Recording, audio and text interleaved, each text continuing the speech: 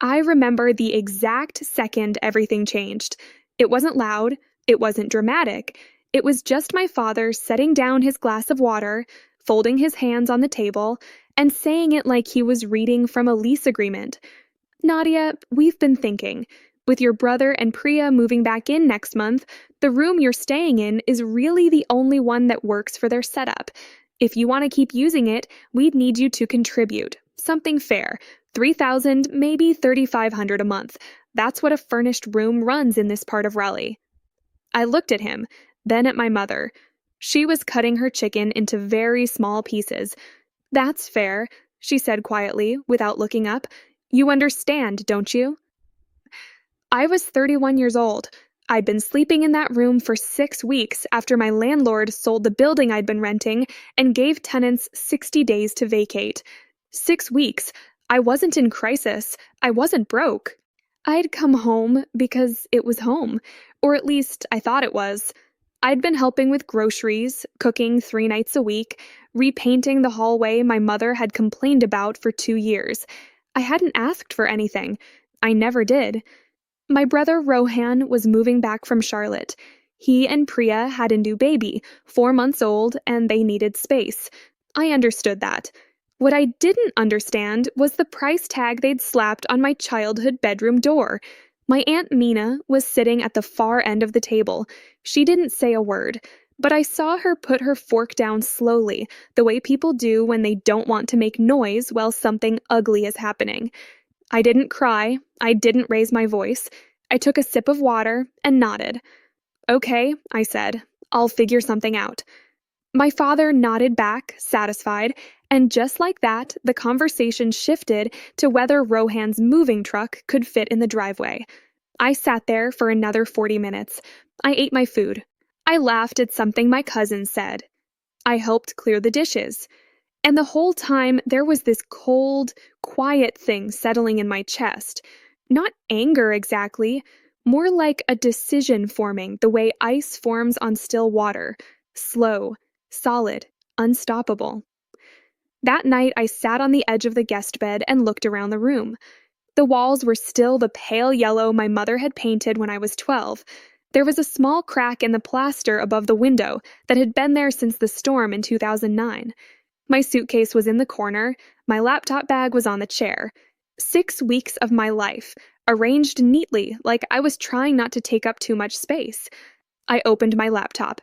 I had 4 separate accounts my parents and Rohan had access to. Not because they needed the money, they'd say, just for emergencies, just to stay connected as a family. That's what my father called it, connected. I'd added them years ago because it felt like the right thing to do, because I loved them, because that's what you do when you're the one in the family who figures things out and the rest of them haven't quite caught up yet. I started with the joint household account. Balance was $28,400, mostly my transfers from the last 2 years. I clicked into account settings, security options, account freeze. It asked me if I was sure. I was. Then the shared savings. Then the credit card my brother had been an authorized user on since 2020.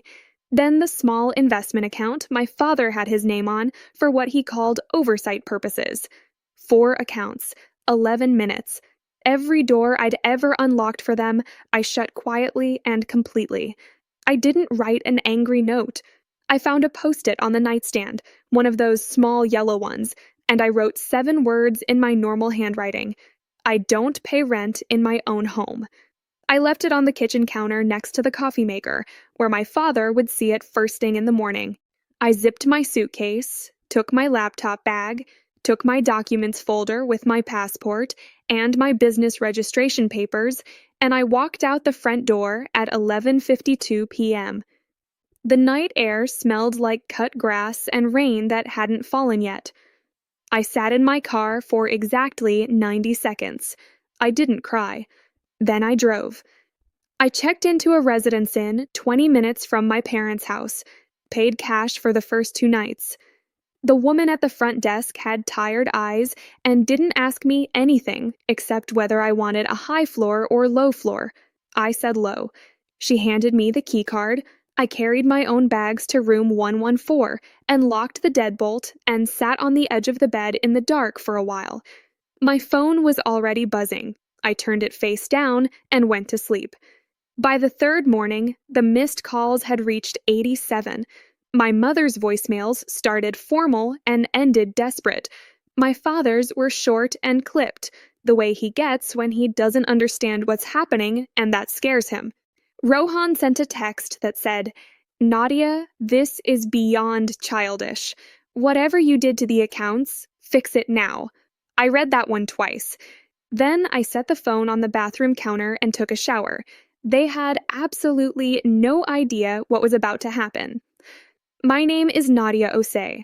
I'm 31 years old. I grew up in Raleigh, North Carolina, second child, only daughter, the quiet one who got good grades and never caused scenes, and was told in 100 different gentle ways that I was not quite what the family had hoped for.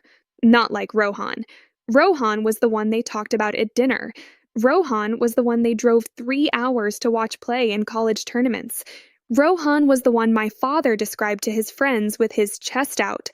Me? I was fine. I was doing fine. That's nice, Nadia. Let me know where you're watching from in the comments right now. And if you have ever been the one who gave everything and still got treated like a guest in your own family's life, subscribe before this video goes any further, because this story is going to go places I still don't fully believe myself. Drop the word guest in the comments if you've ever felt like a stranger in the place that was supposed to be yours. I want to tell you everything, and I mean everything. But let me start from the beginning, because you need to understand what kind of family we were before you can understand what happened next. My parents came to Raleigh from Accra in 1989. My father, Kwame, had an engineering degree and a cousin who knew someone at a construction firm. My mother, Abena, had a nursing certificate and enough determination to fill the whole state. They worked hard. They built something real. By the time I was born in 1993, they had a house in a good school district, 2 reliable cars, and a rule about keeping family business inside the family. That rule was everything to my father. Image was everything. What people saw when they looked at us, what the church community thought, what the neighbors assumed, these things mattered to him more than almost anything. He didn't say it directly. He didn't have to. You could hear it in how he talked about other families. Did you hear about the Mensahs? Their son lost his job. So sad, so embarrassing for them. Rohan was born 2 years before me. From the very beginning, he was the one my father understood. They watched football together. They argued about politics and called it discussion. When Rohan got into NC State for civil engineering, my father bought a bumper sticker and kept it on his car for 4 years. When I got into the business program at UNC Charlotte, my father said, "That's good, Nadia. Business is practical." That was it. That's good. Business is practical. I learned early that the way to survive in my family was to be useful without being visible. Help with everything. Ask for nothing. Succeed quietly. Don't make your success loud enough that it makes anyone else feel small, because then they start noticing you for the wrong reasons. So that's what I did. I worked through college, not because my parents couldn't help. They helped Rohan without blinking, paid his apartment deposit, bought his textbooks, floated him money when he ran short. With me, it was always, "Nadia, you're so capable. You'll figure it out." I waited tables 4 nights a week for 3 years. I graduated in May 2015 with $6,200 in savings and a business degree, and exactly 0 people in my family who asked what I planned to do with it. Rohan's graduation dinner was at a restaurant downtown with 12 family members. Mine was a Sunday lunch at home. My mother made jollof rice, which I love, so I tried to focus on that. I moved into a shared apartment in Charlotte with 2 roommates and started working as an operations coordinator for a mid-size logistics company. The salary was $38,000. I didn't tell my family the number because I knew what would happen. My father would compare it to Rohan's starting salary at the engineering firm in Charlotte, which was $67,000. And the comparison would just sit there in the air between us, like something neither of us wanted to touch. I called home every Sunday. My mother would tell me about the garden and the church fundraiser and what Rohan's girlfriend Priya was like. She seemed nice, very accomplished. Her family was from Bangalore. She was in pharmacy school. My mother said it like she was reading from a brochure. Then she'd ask me how things were going, and I'd say fine, and she'd say, "That's good, honey," and we'd talk about the weather. That was the pattern. For years, that was the pattern. What my family didn't know, what I never told them, what nobody ever thought to ask about, was what I'd started building on the side. It started in late 2016, almost by accident. The logistics company I worked for had a vendor they were paying $4,800 a month to handle supply chain documentation and compliance filing. I looked at what the vendor was actually producing and realized I could do it better, faster, and for half the price. I'd been doing essentially the same work internally for 2 years. I knew the regulations, I knew the filing systems, I knew where the inefficiencies were. I mentioned it to the operations director, a woman named Patricia Huang, who told me I should write up a proposal. I did. It was 14 pages. She read it over the weekend and called me on a Monday morning and said, "Nadia, have you ever thought about doing this independently?" I hadn't. Not seriously. Not until that moment. By January 2017, I had registered my first LLC, Clear Path Compliance Solutions. I did it on a Tuesday night after work, sitting at my kitchen table with a cup of tea going cold and my laptop open to the North Carolina Secretary of State website. Filing fee was $125. I put it on my debit card and stared at the confirmation screen for a long time. I didn't tell anyone, not my roommates, not my parents, nobody. My first client was a referral from Patricia's former colleague, a small freight brokerage in Greensboro that needed someone to handle their DOT compliance documentation. Monthly retainer, $1,200. I did the work on evenings and weekends. It took me about 9 hours a month. The check cleared on the 14th of February 2017, which I've always thought was funny, Valentine's Day, my first real love letter from my own business. By December 2017, I had 6 clients and $8,400 a month in retainer income coming in alongside my full-time salary. I opened a separate business account. I kept it completely quiet. And through all of it, through every Sunday phone call and every family gathering and every holiday dinner, nobody asked. My mother asked if I was eating enough. My father asked if the traffic in Charlotte was getting worse. Rohan talked about his projects, and Priya talked about her rotations, and I sat there, nodding and laughing in the right places, and not one person in that room ever looked at me and said, "Nadia, what are you building?" They had no idea, and I had decided, somewhere along the way, that I liked it that way. At least, that's what I told myself. I want to tell you about the Sunday dinners first, because that's where you could really feel it, the difference in how they saw us.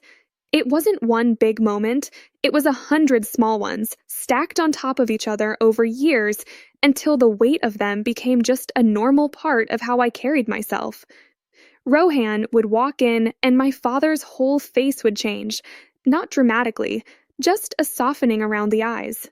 A straightening of the shoulders, like someone had walked into the room who made him proud just by existing. He'd ask Rohan about his projects in detail, real detail. Which contract did you win? How many units? What's the timeline looking like?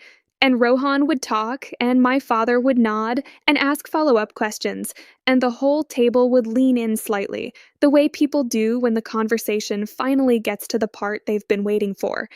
Then my father would look at me, usually about 20 minutes in, when there was a natural pause. "Nadia, how's work?" Not "what are you working on?" Not "how is the business growing?" Just "how's work?" The way you ask someone in an elevator. "Good," I'd say. "Really good, actually." "That's nice, honey." And then he'd turn back to Rohan. My mother did it differently. She'd find me in the kitchen while I was helping clean up, and she'd ask quieter, more careful questions, but they were always wrapped in concern rather than interest. Are you saving enough? Do you have good insurance? Is Charlotte treating you okay? She asked like she was checking whether I was surviving, not whether I was striving. The distinction felt enormous to me, even if she never noticed it. I stopped trying to bring up my business around 2018. I'd mentioned it once, casually, told my father I'd picked up some consulting work on the side. He'd nodded and said, "Just make sure it doesn't distract you from your real job."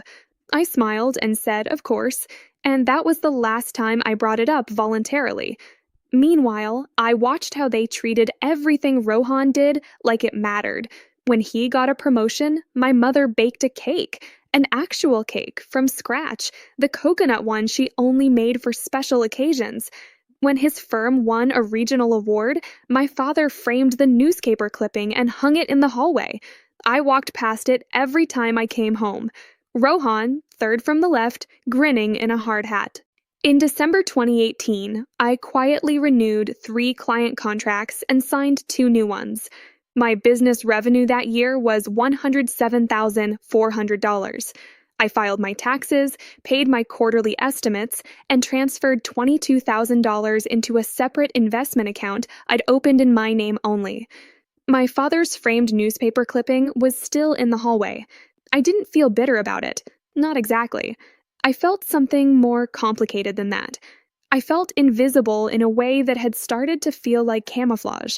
Like maybe the fact that they didn't see me was the thing that was keeping me safe. As long as they weren't looking, nobody could take credit for what I was building. Nobody could undercut it or compare it or casually dismiss it the way my father dismissed things he didn't understand. So I kept building, quietly, methodically, the way I did everything. By the middle of 2019, ClearPath Compliance Solutions had 14 active clients across 3 states. I'd hired my first contractor, a woman named Destiny Cole, who had 10 years of DOT regulatory experience and a sharp eye for detail that I genuinely admired. I was paying her $28 an hour for about 30 hours a month, and she was worth every dollar. We worked well together over email and occasional video calls. She was based in Atlanta. We'd never met in person at that point, but she'd already become the person I trusted most with the work. I was still at the logistics company full-time. I'd been promoted twice. My salary was $54,000 by then. From the outside, I looked like a mid-level operations manager at a company in Charlotte. That's all anyone in my family saw. That's all they thought to look for. The reality was that my business revenue in 2019 hit $198,000. Not turnover, actual revenue after contractor costs and software subscriptions and the small office membership I'd taken at a co-working space on South Tryon Street. I drove to that co-working space 3 mornings a week before my regular job started, from 6:15 to 8:30 a.m. in the same gray Ford Focus I'd driven since 2016. I wore the same rotation of work clothes. I brought coffee in a thermos from home. Nobody in my family knew any of it. The co-working space is where I met Josephine Addo, Jo. She ran a small HR consulting firm and had the desk next to mine on Tuesday mornings. The first thing she ever said to me was, "Your spreadsheets are making me feel inadequate, and I've been in business for 9 years." I laughed. She laughed. We got breakfast at the diner around the corner and talked for 2 hours, and by the end of it, I felt like I'd known her for years. Jo was the first person I told about ClearPath, the real numbers, the real picture. She didn't make a big deal of it. She just looked at me steadily and said, "Nadia, why are you still working that full-time job?" I told her it felt safer. She nodded like she understood exactly what I meant, and then she said, "At some point, safe starts to cost you more than risk." I thought about that for 3 months before I acted on it. In January 2020, I gave my notice at the logistics company. My manager offered to counter. I thanked her and declined. I walked out of that building on February 14th, exactly 3 years to the day after my first client check cleared. I sat in my car in the parking garage for a few minutes. The city was gray and cold outside the concrete walls. I felt terrified and completely calm at the same time. I didn't tell my family. My father would have panicked. My mother would have called me every day for a month. Rohan would have said something about stability and market volatility that would have made me want to scream. So I said nothing. When my mother asked how work was at the next family dinner, I said, "Fine, good, busy." She said, "That's nice, honey." The conversation moved on. By June 2020, with the world turned upside down and freight and logistics industries scrambling to manage regulatory chaos, ClearPath was fielding more inquiries than I could handle alone. I brought on 2 more contractors. I redesigned the service packages. I raised my retainer rates by 30% across the board and lost exactly 2 clients, both of whom came back 6 months later at the new rate. Revenue for 2020 was $341,000. I moved out of the shared apartment and into my own place, a 2-bedroom unit on the 4th floor of a building in Plaza Midwood. I paid the deposit and first and last month's rent in full on the same day I signed the lease. The apartment had big windows that faced east, and a kitchen with a gas stove, and enough space that my footsteps made a sound when I walked across the hardwood floors. I stood in the middle of it the first night, completely empty, just me and the echo, and I felt something I hadn't felt in a long time. Room. Actual room. I kept the address to myself. I told my family I'd moved to a new place, gave them the general neighborhood when they asked, but never the street number. It wasn't distrust, it was self-preservation. There was something about having one space in the world that was entirely mine, that they hadn't seen, hadn't touched, hadn't walked through, and said, well, it's not as big as Rohan's place, but it's nice for what it is. That felt necessary. Jo came over for dinner the first weekend after I moved in. She brought a bottle of Ghanaian palm wine and a small cactus she said was impossible to kill. She set the cactus on my kitchen windowsill and raised her glass and said, "To building things nobody else can see yet." We drank and ate jollof I'd made from my mother's recipe, which I'll never admit out loud is the thing I'm proudest of cooking, and we talked until almost midnight. That night was the first time I said the revenue numbers out loud to another person. 341,000. Just saying it in a room with another human being made it feel real in a different way. Like it wasn't just numbers on a screen anymore. Like it actually counted. Jo said, "Does your family know?" "No," I said. She was quiet for a moment. "Are you going to tell them?" I looked at the cactus on my windowsill, small and sturdy and completely unbothered by everything around it. "Maybe someday," I said, "when it matters." I didn't know then what that would actually look like. I didn't know how the moment would come or what would force it into the open. I just knew that what I'd built was real and solid and mine, and the people who should have been the most interested in me had never once thought to look. In 2021, I incorporated properly. ClearPath Compliance Solutions became a full S corporation. I had 16 active clients in 6 states. I hired Destiny full-time at a salary of $68,000 with benefits. I paid her first full paycheck in March and stared at the transfer confirmation for a long time because I'd never paid another person a salary before, and it felt like the most serious thing I'd ever done. I signed a proper office lease in April, 800 square feet on the 2nd floor of a building on East 7th Street in Charlotte. Monthly rent was $1,840. I walked through it with the property manager on a Tuesday afternoon in a navy blazer and flat shoes, and I signed my name on the lease with the same pen I used to sign grocery lists. I hung one thing on the wall of my office, a framed copy of my LLC certificate from 2017, the one I'd filed on a Tuesday night at my kitchen table for $125. I hung it where I could see it from my desk, just to remember where it started. That same year, my parents' hot water heater failed in September. My father called me on a Wednesday evening, his voice tight in that way he got when something was broken and the cost was going to be uncomfortable. I told him to get 2 quotes and send them to me. The higher quote was $2,200 for a full replacement. I transferred the money that Friday. My father said, "Thank you, Nadia." That was it. No follow up, no, "How did you manage that so easily?" No, "Nadia, things seem to be going really well for you. Tell me more." Nothing. Just, "Thank you, Nadia." And then the next Sunday call was about the garden again. I paid, they accepted, and nobody asked a single question about where the money came from or what my life actually looked like anymore.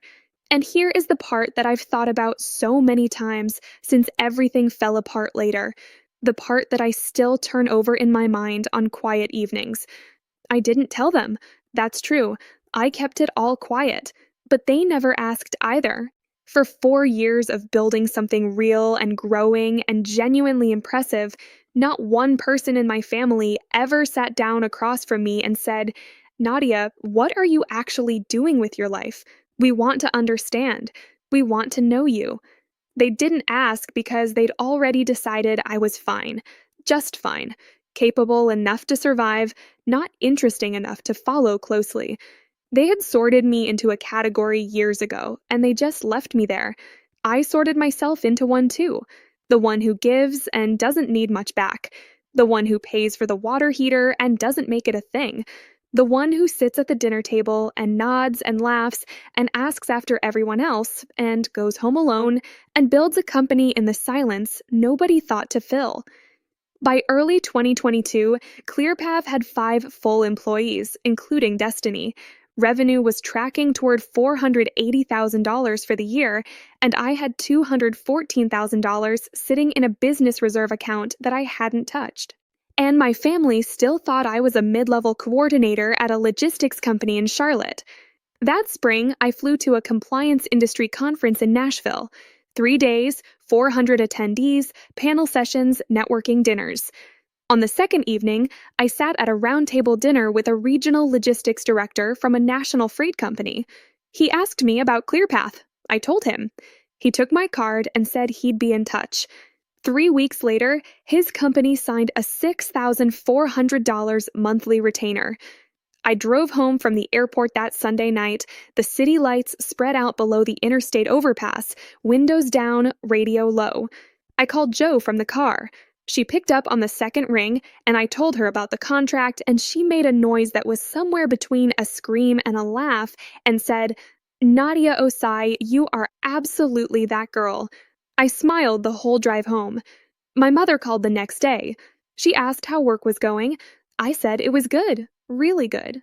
She said, "That's nice, honey."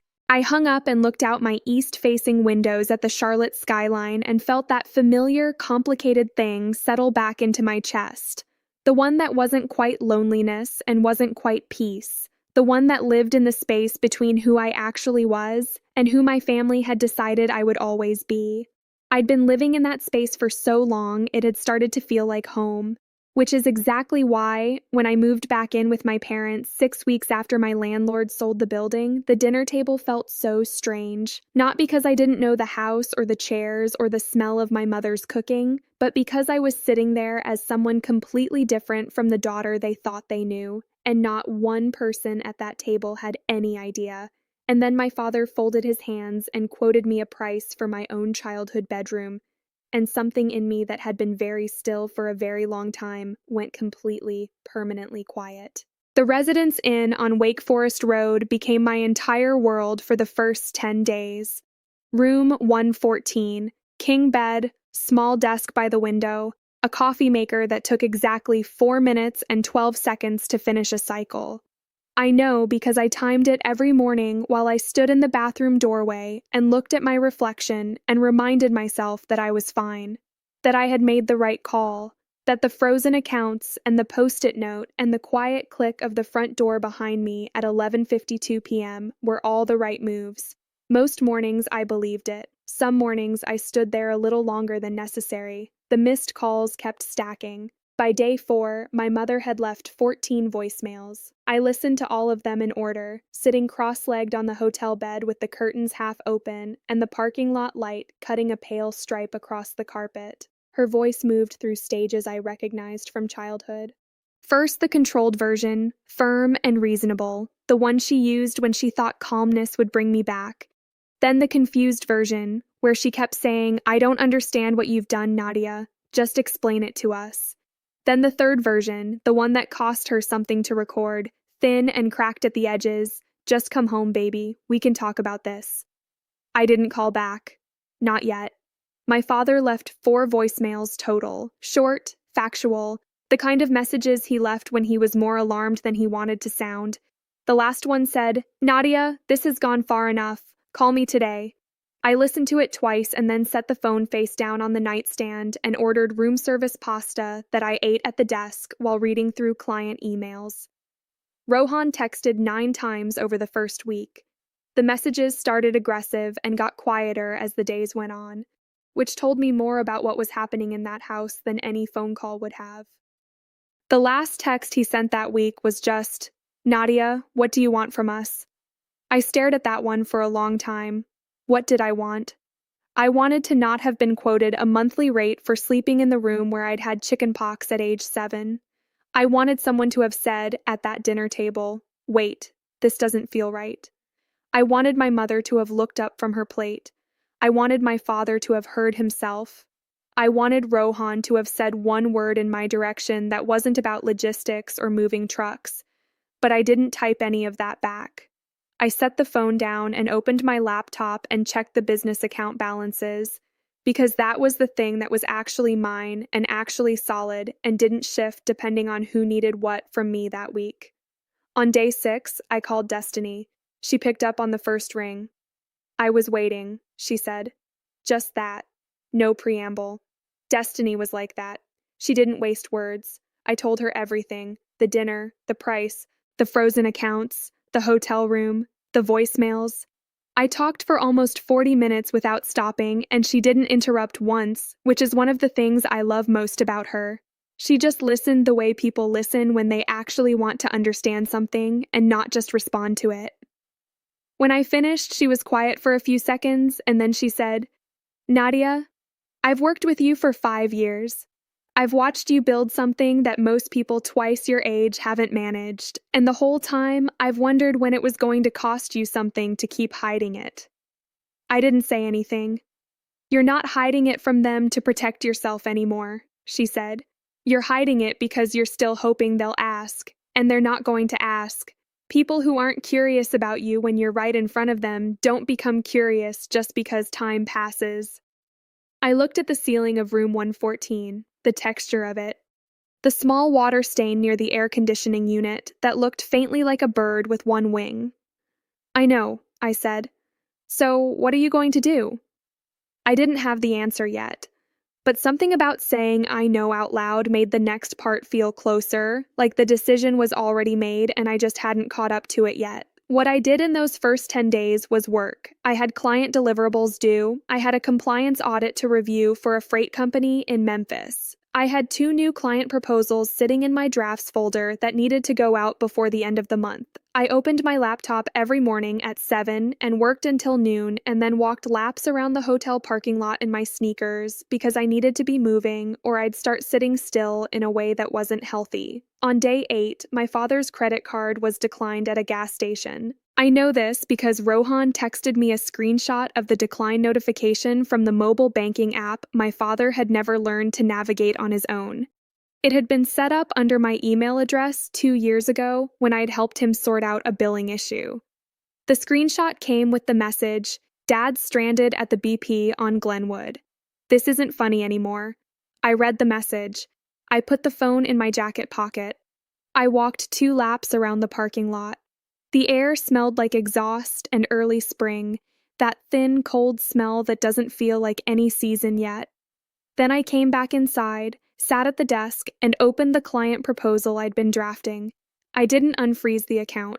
That night, I sat on the hotel bed with my back against the headboard and my knees pulled up and my laptop balanced on my thighs, and I did something I hadn't done in about 3 years. I looked up ClearPath compliance solutions from the outside, the way a stranger would. I went to the website, which Destiny and I had redesigned in November, clean and professional with real client testimonials and a clear services page. I read through it like I was reading it for the first time. I looked at the About section with my photo and my name and a short paragraph about the company's founding and growth. It said, Nadia Osei founded ClearPath in 2017 with a single client and a belief that small and mid-sized logistics companies deserved compliance support that was responsive, specific, and built on real industry knowledge. Today, ClearPath serves clients in 8 states with a team of 5 specialists dedicated to that same founding principle. I read it 3 times. Then I looked at the revenue numbers for the current quarter. We were tracking at $127,000 for the first 3 months of the year. Our largest client had just renewed at an increased rate. Destiny had flagged 2 new referral inquiries that came in through the website contact form. I was sitting in a hotel room with a water-stained ceiling because my father had charged me rent for my childhood bedroom, and my company was about to close out its best quarter in 5 years of operation. The contrast of it didn't make me laugh. It made me very still. That was the night the shift happened, not dramatically, not with some sudden burst of clarity or anger. It happened quietly, the way most real things happen. I just looked at those 2 realities sitting side by side, and I understood something I'd been circling around for years without landing on it directly. I had been shrinking myself to fit inside their idea of me. Not just hiding my success, actually making myself smaller, softer, less, so that the gap between who I was and who they expected me to be wouldn't create friction, so that Sunday dinners would stay comfortable, so that my father wouldn't have to recalibrate the story he told about his children, so that nobody would have to feel anything complicated. And in exchange for all that careful shrinking, I had gotten a price tag on my childhood bedroom door. I closed the laptop. I sat in the dark for a while. Outside, a car alarm went off briefly and then stopped. Somewhere down the corridor, a door opened and closed. I thought about the ClearPath certificate on my office wall, the one I'd filed for $125 on a Tuesday night at a kitchen table. I thought about Destiny saying you're still hoping they'll ask. I thought about my mother's voice in that 3rd voicemail, the cracked version, the one that cost her something. And I thought about my Aunt Mina, who had sat at the end of that dinner table and put her fork down quietly when my father said $3,000, maybe $3,500 a month. Mina was my father's younger sister. She'd lived in Raleigh her whole life, worked for 30 years as an administrative supervisor at Wake County, retired early, and spent her retirement growing tomatoes in her backyard and reading novels and saying exactly what she thought to anyone who asked, and quite a few people who didn't. She and I had always had a quieter understanding than the rest of the family managed. She called me on birthdays and remembered what I'd told her the last time we'd talked and asked follow-up questions, which in my family made her essentially remarkable. I called her the next morning at 8. She picked up immediately, like she'd been expecting it. I was wondering when you'd get around to me, she said. How much did you see? I asked. Enough. A pause. Nadia, I owe you an apology. I should have said something at that table. I didn't, and I've been bothered by it since. It's okay, I said automatically. No, it isn't, she said firmly. Don't do that. Don't smooth it over for me. I stopped, took a breath. You're right, it's not okay, but I'm not angry at you. Where are you? I told her. She was quiet for a moment and then said, Come for dinner Thursday. We'll talk properly. I went. Her house smelled like tomato sauce and old books. She'd made groundnut soup and we ate at her small kitchen table, and she let me talk and she asked real questions, and she didn't once tell me I was overreacting or that family is complicated and you have to find a way through. She just listened and responded and treated the whole thing like it was exactly as serious as it was. At the end of the evening, she walked me to my car. The night was cool and the neighborhood was quiet. She stood with her arms crossed against the cold and looked at me steadily. Your father loves you, she said, but he doesn't know you. There's a difference that he's never had to sit with because you've never made him. She paused. I'm not saying that to blame you. I'm saying it because I think something is coming and you should go into it clearly. Something is coming? I asked. She looked at me for a moment. The Southeast Regional Freight and Logistics Summit. Your father is on the organizing committee this year. He volunteered last October. He's been very proud about it. Another pause. I believe your company received an invitation to exhibit. I stared at her. She raised both eyebrows, the way she did when she'd said exactly as much as she intended to say. I drove back to the hotel and opened my email and scrolled back 6 weeks and found it. An invitation from the Southeast Freight and Logistics Association to exhibit at their annual summit. April 19th. The Raleigh Convention Center. Expected attendance, 600 industry professionals. I had marked it as something to follow up on and then gotten busy and half forgotten it. The event was 3 weeks away. I sat at the small hotel desk for a long time. The parking lot light cut its pale stripe across the carpet. The coffee maker sat silent on the counter. My phone was face down on the nightstand with however many missed calls I'd stopped counting. I opened my laptop. I navigated to the summit registration page and clicked on the exhibitor section. There were 12 spots remaining out of 30 available exhibit tables. I clicked register. I filled out the company name, ClearPath Compliance Solutions. Contact, Nadia Osei, founder and CEO. I uploaded our logo and the company description. The registration fee was $1,400. I put it on the business card without hesitating. I pressed submit at 11:08 p.m. The confirmation came back in under a minute. I closed the laptop and sat in the dark again, but this time the feeling in the room was different. Not the heavy, still feeling from before, something else. Something that sat lower in the chest and felt more like readiness than anything else. My father was on the organizing committee of an industry summit where I would be exhibiting as the CEO of a company he didn't know existed. I wasn't planning a confrontation. I wasn't imagining some dramatic scene. I didn't want to humiliate anyone or prove anything loudly. I just wanted to be seen, fully, accurately seen by the people who had decided years ago that there wasn't that much to look at. I checked into my office the next morning for the first time in 2 weeks. The certificate was still on the wall. The east-facing windows caught the morning light the way they always did.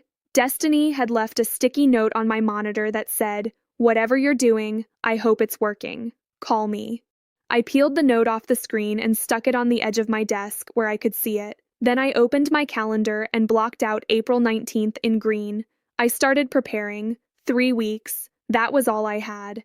And for the first time in a long time, I wasn't preparing quietly. I was preparing to be exactly who I actually was, in a room full of people who knew my industry, on a day when my father would be standing 30 feet away in a lanyard with his name on it.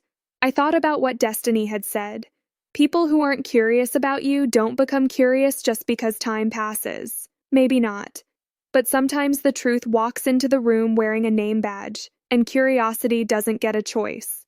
The 3 weeks between registering for the summit and April 19th were the most focused I'd felt in years. Not anxious, not rehearsing dramatic speeches in the mirror, just focused, the way I get when a deliverable matters and I know exactly what needs to be done. Destiny flew in from Atlanta on April 17th. I picked her up from RDU at 6:40 p.m. and we went straight to a Thai place on Hillsborough Street and spread our exhibit materials across the table between the curry dishes and talked through everything. The banner design, the brochure layout, the case study one-pagers we'd prepared for 3 different client profiles, the pitch language for different types of attendees.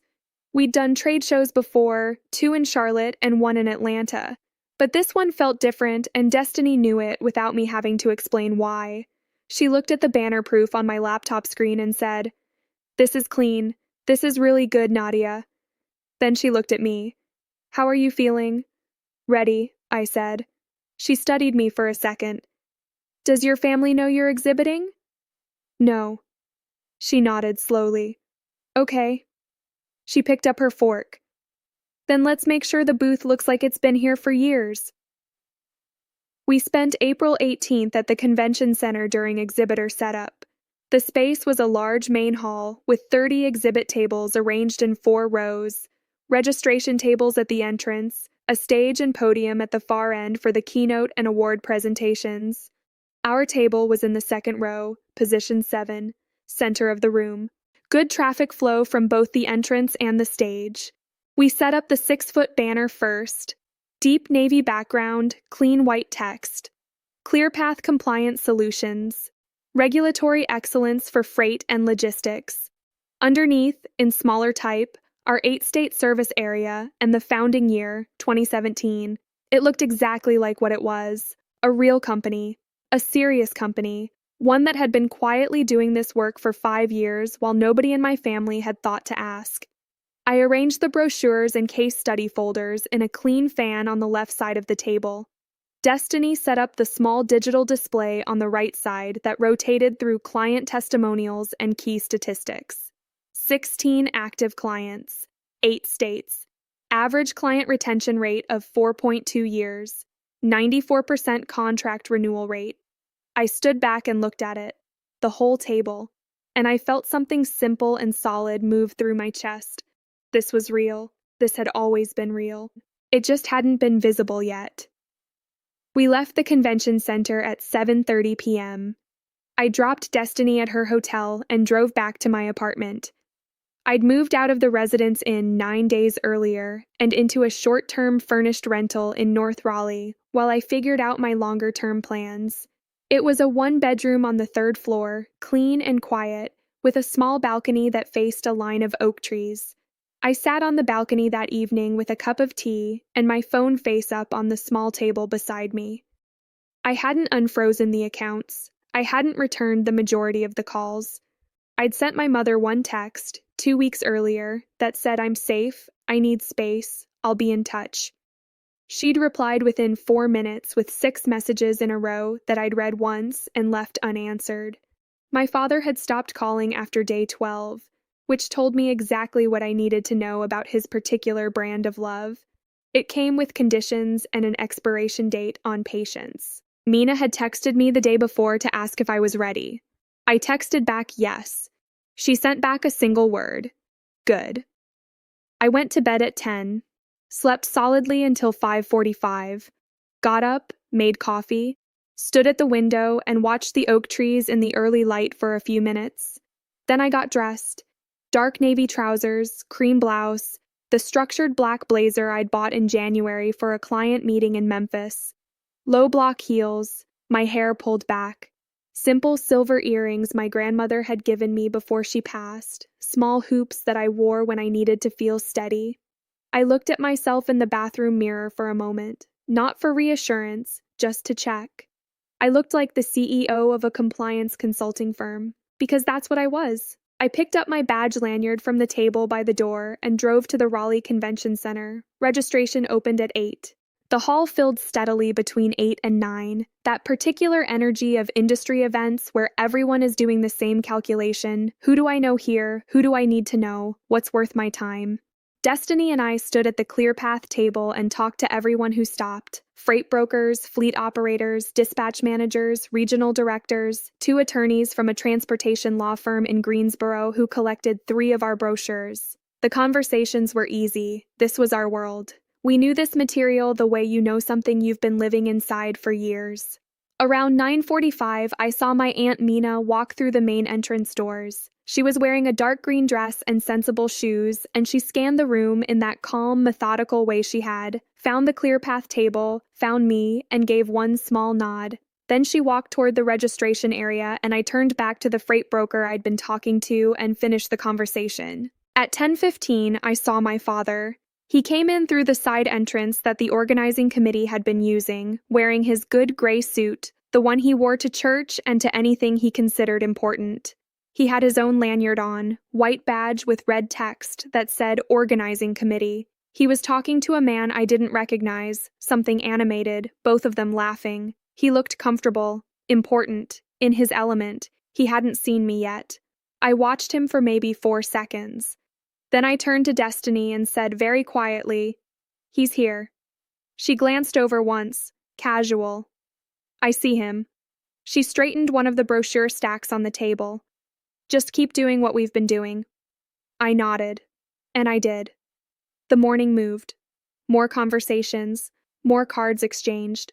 A logistics director from a mid-size carrier in Fayetteville spent 20 minutes at our table going through the case studies with genuine interest and asked if we could schedule a call the following week. I said yes and handed her my card, and she looked at the card and then at me and said, "I've actually seen your name somewhere recently. A colleague mentioned you." "That happens more than it used to," I said. She laughed. My father passed our table at 10:52. I know the time because I'd glanced at my watch 30 seconds before while wrapping up a conversation. He was moving through the hall in a loose diagonal, greeting people, stopping to shake hands, doing the organizing committee circuit. He was maybe 12 feet away when he slowed, and I saw his eyes go to the banner, ClearPath Compliance Solutions, then to the table, the materials, the digital display rotating through client numbers, then to me. The expression that moved across his face in that moment was one I'd never seen before. Not in 31 years. It wasn't anger. It wasn't recognition exactly. It was something more like the look a person gets when the floor moves under them without warning, and they're trying very hard not to show it. He stopped walking completely. I was in the middle of handing a brochure to someone. I finished the handoff, smiled at the person, said feel free to reach out if you have questions, and then I turned fully toward my father. Dad, I said, calm, normal, like we'd just run into each other at a grocery store. His mouth opened slightly, closed. He looked at the banner again, at the badge on my lanyard, at Destiny, who gave him a professionally neutral smile, at the table covered in 5 years of evidence. Nadia. His voice was careful. What is this? This is ClearPath Compliance Solutions, I said. I founded it in 2017. We do regulatory compliance consulting for freight and logistics companies. We have 16 clients in 8 states. The man he'd been walking with had drifted away, sensing something. My father stood alone in front of our table. His lanyard shifted slightly when he breathed. You've been doing this since 2017, he said. Yes. And you never... He stopped. Started again. Why didn't you say anything? I looked at him steadily. Nobody ever asked, Dad. The silence between us lasted maybe 5 seconds. In a crowded convention hall, 5 seconds of silence is a long time. Around us, the noise of the event continued. Conversations, footsteps, the low hum of the audio system testing before the keynote. My father looked at the digital display, the testimonials rotating, the client retention numbers, the founding year. He looked at it the way you look at something you're trying to fit into a framework that doesn't have a space for it yet. Then the keynote announcement came over the speakers. Attendees were asked to make their way toward the stage area for the opening program and the annual association awards presentation. The room began to shift and flow toward the far end of the hall. My father looked at me once more, something moving behind his eyes that I couldn't fully name. Then he said, "We'll talk," and walked toward the stage with the other organizing committee members. Destiny waited until he was 20 feet away and then said quietly, "You okay?" "Yes," I said, and I meant it. We joined the rest of the attendees near the stage for the keynote. The association president, a woman in her 50s named Carol Briggs, gave a 10-minute address about the state of the freight industry and the importance of regulatory compliance in a period of rapid change. I stood near the middle of the crowd with Destiny beside me. Mina had positioned herself toward the back. I caught her eye once. She gave me another small nod. Then Carol moved to the awards portion. There were 4 annual awards. The third one was the one I'd been notified about 6 weeks ago, a letter I'd read twice and then filed quietly in my email and not mentioned to anyone except Destiny. Emerging Industry Partner of the Year, awarded to a compliance or service firm that had demonstrated exceptional growth, client retention, and contribution to the regional logistics community over the prior year. Carol read the citation, growth trajectory over 5 years, client base spanning 8 states, 94% renewal rate, genuine contribution to compliance education across the regional freight sector. She said, "This year's award goes to ClearPath Compliance Solutions, Nadia Osei, founder and CEO. The applause started. People around me turned, some who'd been at our table that morning, some who recognized the name from referrals or industry conversations. A woman next to me smiled and touched my arm briefly. Someone behind me said, "Oh, that's ClearPath. I know their work." I walked to the stage. The stairs were on the right side. Carol shook my hand and handed me the award, a heavy glass piece with the association seal and my company name etched across the front. She leaned to the microphone and said, "Nadia, would you like to say a few words?" I looked out at the room. 600 people. industry professionals, freight operators, compliance officers, attorneys, directors, people who understood exactly what it took to build what I'd built.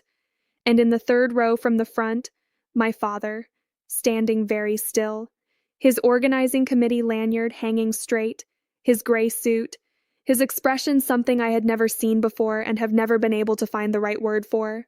Not shame exactly, not pride, something between them that didn't have a clean name. I held the award in both hands and spoke for 90 seconds. I thanked Carol and the association. I thanked Destiny by name and said the company wouldn't exist without her. I said that ClearPath started in 2017 with one client, a kitchen table, and a $125 filing fee, and that everything it had become was built on the belief that good work done consistently and honestly would eventually speak for itself. Then I said, it always does, even when nobody's watching. The room applauded again. I walked back down the stairs. Destiny was right there at the edge of the crowd. She took the award from me for a second so I could shake hands with Carol and the two other board members who came forward. When I turned back around, she handed it back and said very quietly, "That's yours, every single ounce of it." I held it against my chest. The glass was cool and heavier than it looked. My father was standing 6 feet away. The crowd was dispersing back toward the exhibit hall, people moving around us on both sides. He didn't move. I didn't either. We stood there in the middle of the flow like two rocks in a current. Nadia. His voice was different. Not the careful board meeting voice from the dinner table. Not the clipped voicemail voice. Something rougher. I didn't know. I know you didn't, I said. Why? He stopped. Tried again. His jaw was tight, but his eyes were doing something I wasn't used to seeing. I'm your father. Why didn't you tell me? I looked at him for a moment. Not with anger. Not with the satisfaction I might have imagined feeling in some hypothetical version of this moment. Just honestly. Because you never asked, I said. Not once in 5 years did anyone in this family sit across from me and actually ask what I was building, what I was working toward, what my life looked like. You asked Rohan in detail every single time you asked me if work was fine, and I said fine, and that was enough for everyone. So I stopped offering more than what people seemed to want from me. He stood there. The noise of the hall moved around us. I'm asking now, he said. I looked at the award in my hands. ClearPath Compliance Solutions, Nadia Osei, Founder and CEO, 2022. I know, I said. I heard you. Then I turned and walked back toward the exhibit table where Destiny was already fielding 3 new conversations and the afternoon was still ahead of us, and there was real work to be done. I didn't look back. Not because I was making a point, but because for the first time in a very long time, I was exactly where I was supposed to be, standing in my own space, holding something I had built with my own hands, and I didn't need to look back to know it was real. The drive home from the convention center that evening was quiet. Destiny was in the passenger seat with her shoes off and her feet tucked under her, scrolling through the contact cards we'd collected during the day. 19 new leads. 3 follow-up meetings already scheduled before we'd even packed the banner. She read them out one by one in a low voice, and I drove, and the city moved past the windows in the early evening light, gold and ordinary, and completely unbothered by what had happened inside that building. 19, she said finally, setting the stack down on her knee. That's our best single day ever. I know, I said. She was quiet for a moment. Then, how do you feel? I thought about it honestly before I answered. Not the polished version of how I felt, the real one. Like something finished, I said. Not in a sad way, just done. She nodded like that made complete sense, because to her it did.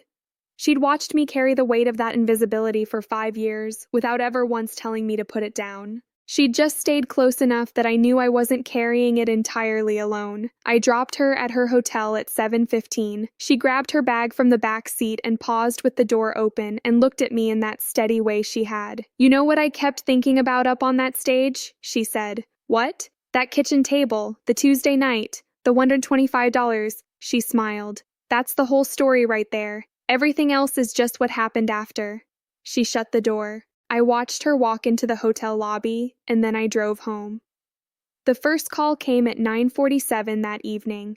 I was sitting on the small balcony with the award on the table beside me and a glass of water and the oak trees dark against the sky. My mother's name on the screen. I looked at it for 2 full rings and then picked up. Nadia. Her voice was different from the voicemails. Quieter, more careful, like she was holding something fragile. Your father called me from the convention center. He told me what happened. Okay, I said. A long pause.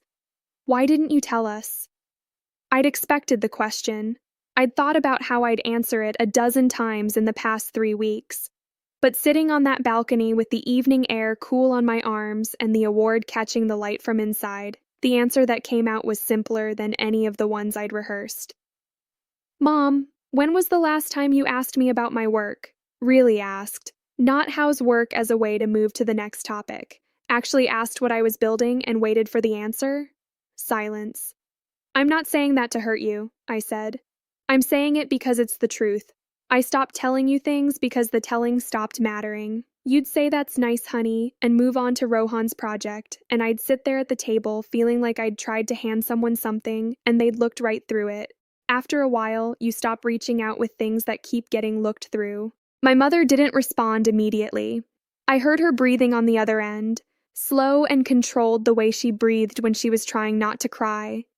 I didn't know I was doing that, she finally said. I know you didn't, I said. That's part of what made it so hard. Another silence. Longer this time. Your father hasn't eaten dinner, she said. He's been sitting in his chair since he got home. He just keeps saying I didn't ask. I didn't ask. Her voice broke slightly on the last word. I looked at the award on the table, the association seal, my name etched clean in the glass. Tell him to eat, Mom, I said. I'm not going anywhere, but I need some time. How much time? I don't know yet, but I'll tell you when I'm ready. I hung up and sat with the quiet for a while.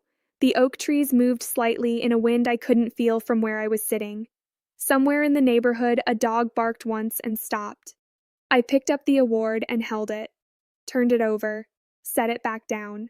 I didn't feel triumphant. I want to be clear about that because I think people expect that part of the story to feel like winning, and it doesn't, not exactly. What it feels like is relief. The particular relief of something that has been unnamed for a very long time finally having a name. The relief of being seen clearly, even if the seeing came late, even if it came sideways through a convention hall and a glass award and a father standing very still in a gray suit with something unnamed moving behind his eyes. Rohan called 2 days later. I almost didn't pick up. Then I did. He skipped the preamble entirely. I looked up ClearPath, he said. I found the website. I read the whole thing. A pause. Nadia, you have 16 clients. Yes. In 8 states. Yes. A longer pause. I didn't know any of this. I know. That's... He stopped. I could hear him choosing words and discarding them. That's actually really impressive. Like, genuinely, I don't know why you didn't tell us. And here is where I could have been gentle. Where I could have smoothed it over the way I always did. But I thought about what Mina said. Don't do that. Don't smooth it over for me. And I thought about 5 years of Sunday phone calls and housework, and that's nice, honey. Rohan, I said, you've known me our whole lives. You've sat across from me at that dinner table 100 times. You've never once asked me what I was working on. Not in 5 years of building this company. Not in 10 years of having a career. You asked me if I was okay after my landlord sold the building. You asked me if I needed help moving boxes, but you never asked what I was building, what I wanted, what my actual life looked like. He was quiet. The information was always there if anyone wanted it, I said. Nobody wanted it. That's not a small thing. He didn't argue. That surprised me a little. He just said, "You're right. I'm sorry." And it sounded like he meant it, which was something. We talked for another 20 minutes. It wasn't a reconciliation. It wasn't everything repaired in a single phone call, but it was the first real conversation I'd had with my brother in years. The first one where we were both actually there, not just performing the sibling role at a dinner table while everyone waited for the food to cool. When we hung up, I sat for a moment and thought about what that had cost him. Rohan didn't apologize easily. It wasn't in his nature or his upbringing. My father had taught us both that admitting error was weakness, that you doubled down and redirected and never showed the soft underbelly. The fact that Rohan had said I'm sorry without being pushed or cornered told me something was shifting in him too. Whether it would hold, I didn't know yet. Mina came over for dinner the following Saturday. I made groundnut soup the same way she had made it for me 3 weeks earlier, from the same recipe my mother had written out on an index card when I was 12. I'd kept the card in a small wooden box with other things I didn't want to lose. Mina ate 2 bowls and said it was as good as her version, which from her was the equivalent of a standing ovation. We talked for 3 hours, about my father, about what she thought was happening in him now that the truth had surfaced. She said he'd called her twice in the days after the summit, which was more calls in a week than he usually made in a month. He said to me, "Mina, I didn't know my own child," she told me. He repeated it twice. "And your father is not a man who repeats himself." I nodded. "He's ashamed," she said. "Not the performative kind, the real kind, the kind that sits in the bones, the kind that comes when you realize you failed someone you love and the failure wasn't an accident, it was a habit." I thought about that for a long time after she left. A habit, not cruelty, not malice. A habit of not looking, of sorting, of assuming, of filling the available space with Rohan's trajectory and leaving me in the background because I'd never fought my way to the foreground, and so everyone had assumed I was fine there. Habits can be broken. That doesn't mean they stop having cost. 3 weeks after the summit, my father asked if he could come to my office. Not the apartment, the office. He specifically said he wanted to see where I worked. I told him Thursday at 2 p.m. and gave him the address on East 7th Street. He arrived 4 minutes early, which was the most my father thing imaginable. He was wearing a collared shirt, no tie, which for him meant he was trying to be casual without knowing how. I met him at the door and brought him inside. He walked through slowly. He looked at the 2 desks, the filing systems, the whiteboard on the wall with the current quarter's client list and project status. He looked at the window that faced east and the morning light still visible even in the afternoon. He looked at the framed certificate on the wall. The LLC document. January 2017. $125 filing fee. My name. He stood in front of it for almost a full minute. Then he turned around. His eyes were wet. He didn't let them spill over, but they were wet, and he didn't try to hide it the way he usually would have. "I framed Rohan's newspaper clipping," he said. "I know. I never framed anything of yours." "No." He pressed his lips together. "I didn't see you. I thought I did. I thought caring for you meant making sure you were okay and safe and not in trouble. I thought that was enough." He stopped. It wasn't. I let the words sit in the room for a moment. "No," I said. "It wasn't." He nodded slowly. "I'd like to do better, if you'll let me." He paused. "I understand if the answer is not yet, or not at all. But I want you to know I'm asking. I'm actually asking." I thought about everything. The dinner table, the post-it note, the 11 minutes it took to freeze 4 accounts, the hotel room ceiling and the water stain shaped like a bird, the summit stage and the glass award and the look on his face in that gray suit. 5 years of Sunday calls and how's work, and that's nice, honey. "I'll think about it," I said. "That's all I can give you right now." He nodded. He looked at the certificate one more time. Then he said, "You built something real, Nadia. Something serious." He said it quietly, without performance.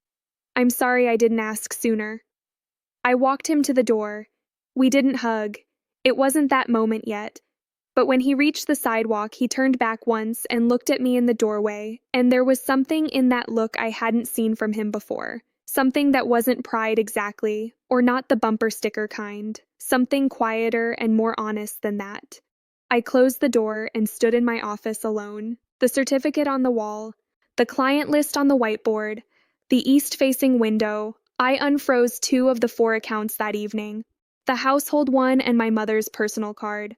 Not because the rent conversation had been resolved or forgiven or even fully addressed, but because my mother was 70 years old and my father's blood pressure was real, and some things you do not for the relationship you currently have with people, but for the relationship you hope to have with them if you're both willing to do the slow, difficult work of getting there. The other 2 accounts stayed frozen. That was my line, and I held it. I moved into a proper apartment in North Raleigh in May. 2 bedrooms, good light, a kitchen I actually cooked in. I paid the deposit from the business reserve account, the same $214,000 that had been sitting untouched since the year before. It felt like spending something that had always been mine, but that I'd never fully claimed. Destiny and I hired a 6th team member in June, a compliance specialist named Marcus, who came with 8 years of multimodal logistics experience and a thoroughness that made even Destiny raise her eyebrows. We onboarded 2 new clients in July and 1 more in August. By September, the company was tracking toward $590,000 for the year. I put the award on the shelf in my home office. Not the certificate stayed on the wall at work. The award came home with me. I look at it sometimes in the evenings when I'm finishing up the last of the day's emails and the apartment is quiet. I don't look at it to feel proud, though I do. I look at it to remember the specific sequence of things. The kitchen table, the Tuesday night, the 124 hours. Those are the coordinates. Everything else is just distance traveled. My relationship with my parents is not repaired. I want to be honest about that because I think these stories sometimes wrap up too neatly and people walk away with the wrong idea about what healing actually looks like. My father and I have had 4 real conversations since the summit. Actual ones where he asks questions and waits for answers and doesn't redirect to Rohan. They're not easy conversations yet. They're careful and a little formal in the way that new things are before they've had time to settle. But they're real. That's more than I had a year ago. My mother calls every Wednesday now, not Sunday. Wednesday was her idea. She said Sunday calls had too much noise around them, too much going on in both our houses, and she wanted to actually hear me. I thought that was one of the most specific things she'd ever said to me about wanting my presence rather than just my reassurance, and I told her so. She was quiet for a moment, and then she said, "I have a lot to learn, Nadia." I said, "Me too, Mom," and I meant it. Rohan and I text occasionally, not a lot, but more than before. He sent me a congratulations message when I announced a new contract on LinkedIn, and it was the first time he'd ever engaged with anything I posted professionally. Small thing, but I noticed it. The guest room in my parents' house is Rohan and Priya's now. Their daughter, my niece Amara, is 8 months old and has my grandmother's eyes. I met her for the first time in July at a small family dinner that was quieter and more careful than family dinners used to be. I held her for 20 minutes while everyone talked around us. She grabbed my finger and held on with that particular grip that babies have, the one that feels completely certain even though they have no idea what they're doing. I thought about the post-it note I'd left on the kitchen counter. "I'm not paying rent in my own home." 7 words. And I thought about how I'd walked out that door with my suitcase and my document folder and turned the key in the lock as softly as I could and driven into the night with the windows down. I'd thought I was leaving something behind. I was actually walking towards something. It just took a while to see it clearly. Here is what I know, now that I didn't know, sitting at that dinner table in the pale yellow guest room, listening to my father quote me a monthly rate for my own childhood. The people who are supposed to see you most clearly are sometimes the ones most blind to you, not because they don't love you, but because they stopped looking. They built a version of you in their heads years ago, and they stopped updating it because updating it would require curiosity, and curiosity requires effort, and some people spend so long distributing their attention unevenly that they forget how much they've left uncovered. That is not an excuse, but it is an explanation. And somewhere along the way, I decided I could hold both of those things at once without letting either one be the whole story. I was the quiet one, the capable one, the one who figured things out, the one who paid for things and asked for nothing and built something real in the silence nobody thought to fill. And I was also a daughter who wanted to be asked, who wanted someone to look across the table and say, "Tell me everything, Nadia. We want to know." I held both of those things and I stopped waiting for the second one to cancel out the first. If you have watched this whole video, if you are still here at the very end, I want to say something to you directly. Not about my family, about yours, about whoever it is in your life who asks how's work and moves on before the answer lands, about the table where someone else gets the questions and the follow-ups and the framed clipping on the hallway wall, and you get fine, honey, that's nice. You do not have to wait for them to ask. You do not have to shrink yourself to the size of their curiosity about you. Build the thing, do the work, file the paperwork on the Tuesday night. The truth will find its way into the room eventually. It always does. And when it gets there, when you're standing on that stage or at that table or in that doorway, holding the thing you built, you won't need them to validate it. The weight of it in your hands will be enough. Drop a comment right now. Just tell me one thing. Were you ever the one they overlooked? Were you ever the capable one? The fine one? The one everyone assumed didn't need much? I want to read every single one. And if this story sat somewhere true inside you, please subscribe and share it with one person who needs to hear it tonight.